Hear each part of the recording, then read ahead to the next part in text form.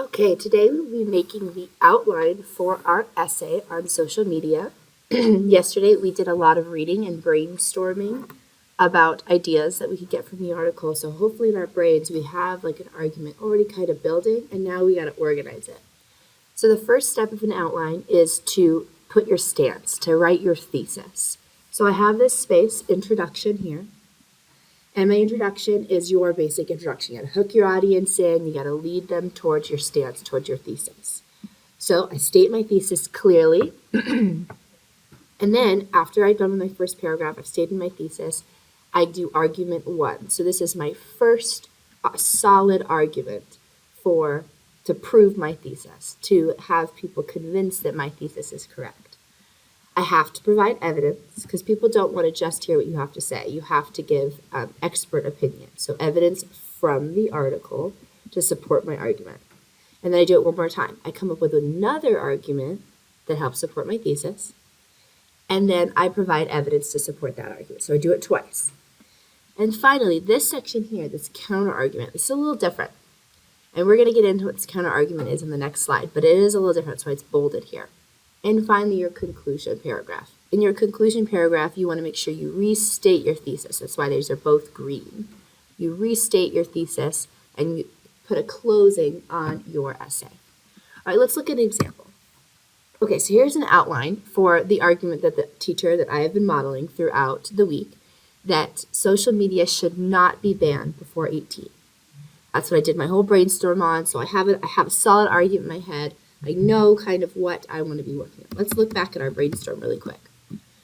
So in our brainstorm, when we said that social media should not be banned, we said for 3 really big reasons, right? Connectivity, that connection with people, friends, people around the globe, family, for creative purposes, and then becoming more tech savvy. So I think I'm going to use at least connectivity and creativity in my argument. I think those are 2 solid ones. So I'm going to go back to my outline. And I'm going to state my thesis. Social media should not be banned before someone is 18 years old. Clear, concise, that's my stance. And then my first argument, so my first yellow and red block. My first one is going to talk about that connectivity from my brainstorm. So I said social media allows for more connectivity amongst family, friends, and people from all around the world. That's going to be my first topic sentence in my paragraph. I need some evidence. So I'm going to go back to my article. I'm going to look back at the articles that I have, and I'm going to find some quotes that support what this statement says. So I'm going to look for pieces from the article that talk about connectivity and why it's important. And then I can move on to my next paragraph. So back in my brainstorm, the other portion that I thought was really important, why social media shouldn't be banned, was creativity. So I'm going to go here and I'm going to talk about creativity. So social media allows many opportunities to practice and showcase a person's creativity.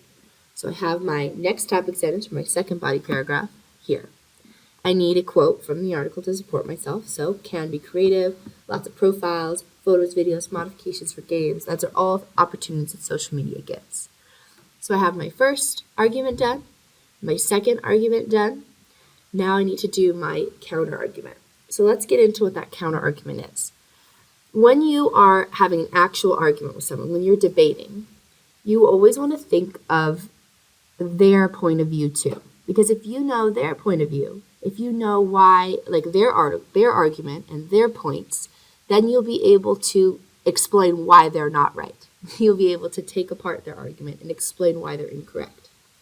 So I know from reading the article that a lot of people who want social media to be banned is because they're worried about younger people sharing information. I know that. So I'm going to put that as my counter argument. Some people might be worried about younger people sharing their information with strangers. And now my rebuttal here is to then give evidence and explain why these people would be wrong. So I would say that the basics of when we're explaining younger people and information is we want to work out how they want to be treated, how they want to treat other people and be treated online. So have conversations with our kids and with young people and with each other and talk about what are our boundaries.